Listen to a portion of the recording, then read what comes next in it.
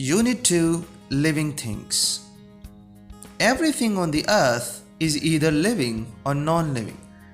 The non-living part of the earth is made up of rocks, soil, water, air, and sunlight, whereas the living part is made up of plants and animals. Living things depend on each other as well as on non-living things for food, energy, support, and shelter. The study of living things is called biology. The word biology is made up of two Greek words, bios meaning life and logos meaning study. Scientists who study plants and animals are called biologists. Biology can be divided into two main branches, botany, which is the study of plants, and zoology, which is the study of animals. The scientific name for a living thing is organism. An organism has the ability to perform certain functions which help to distinguish it from non-living things. All living things have some features in common. Living things are made of cells. A cell is a unit of structure and function in all living organisms. The basic structure of all cells is the same, but they may vary in shape and size according to the type of function that they perform. For example, the red blood cells are the smallest cells in our body. Muscle cells are long and thin so that they can stretch and shrink when the body moves. Nerve cells can be a meter long and have branches that can reach out in many directions. An ostrich egg is a single cell which is about the size of a football and contains a large amount of yolk for the growing baby ostrich inside it. Walls of plant cells are made up of a hard material called cellulose, which makes parts of a plant strong. Structure of a cell. Almost all cells have the same basic structure. Cell membrane. The cell membrane is the outer skin of the cell and it controls the exchange of material between the cell and its surroundings. Cytoplasm. The cytoplasm is a jelly-like substance which contains a number of important substances such as food, water, salt, etc. It also contains many living structures called organelles, which perform important functions such as respiration, excretion, etc. inside living cells. Nucleus. The nucleus is surrounded by the cytoplasm. It contains rod-like structures called chromosomes, which are made of a nucleic acid called DNA.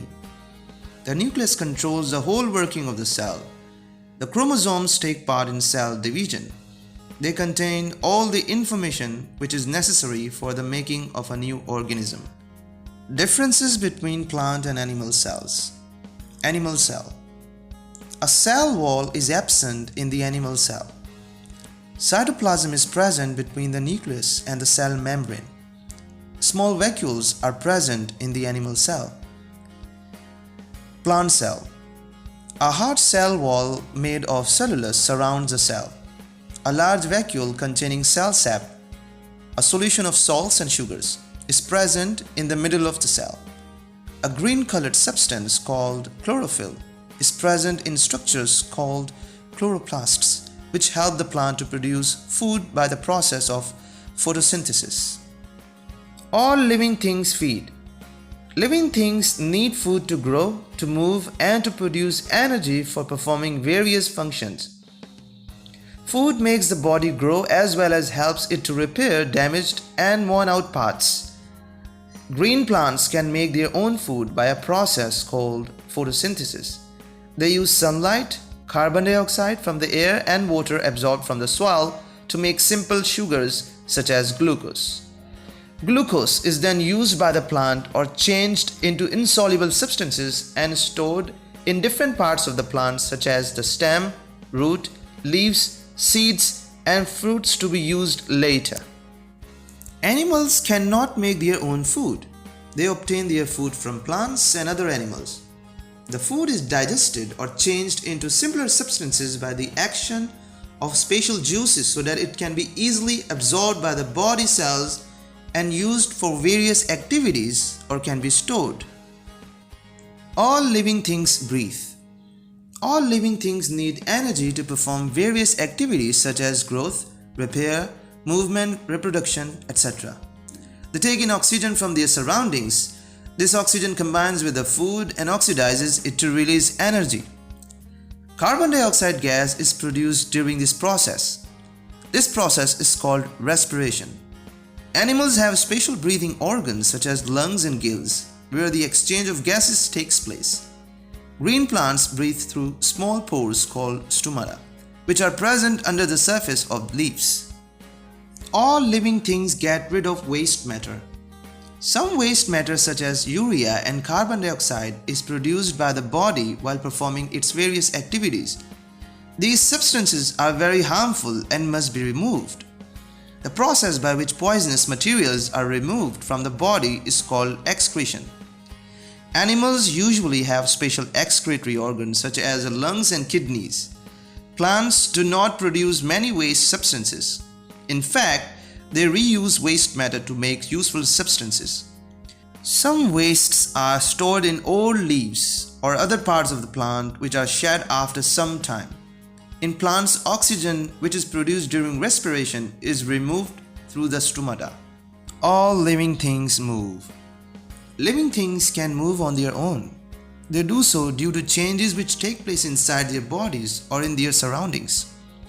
Animals can move with the help of special parts of their bodies such as arms and legs, fins or wings. Plants can only move some parts of their bodies according to changes in their surroundings. For example, the movement of stems and leaves towards light and the movement of roots towards soil and water. Plant movements are, however, slow. All living things grow. Living things use food to increase their size by making new cells. This process is called growth. Animal bodies grow till they reach adult size, after which their growth stops. Growth in plants is unlimited, as they keep on growing by the tips of the roots and shoots, which have special groups of cells which keep on dividing. All living things reproduce. Living things produce living organisms of their own kind. Animals reproduce by producing eggs or babies, and plants reproduce by producing spores or seeds in fruits or cones. All living things can feel. All living things can feel changes which take place inside or outside their bodies, and they produce reactions in response to them. That is, they are sensitive. Animals have special sense organs such as eyes, ears, nose, skin, etc., which help them to sense changes and make quick responses. Plants do not have such sense organs, but some plant parts are sensitive to changes in light or temperature in their surroundings. They produce a response by bending towards or away from them. So this is the end of part 1 of this episode. So don't forget to listen part 2 of this episode. Until then, take a very good care of yourself. Bye bye.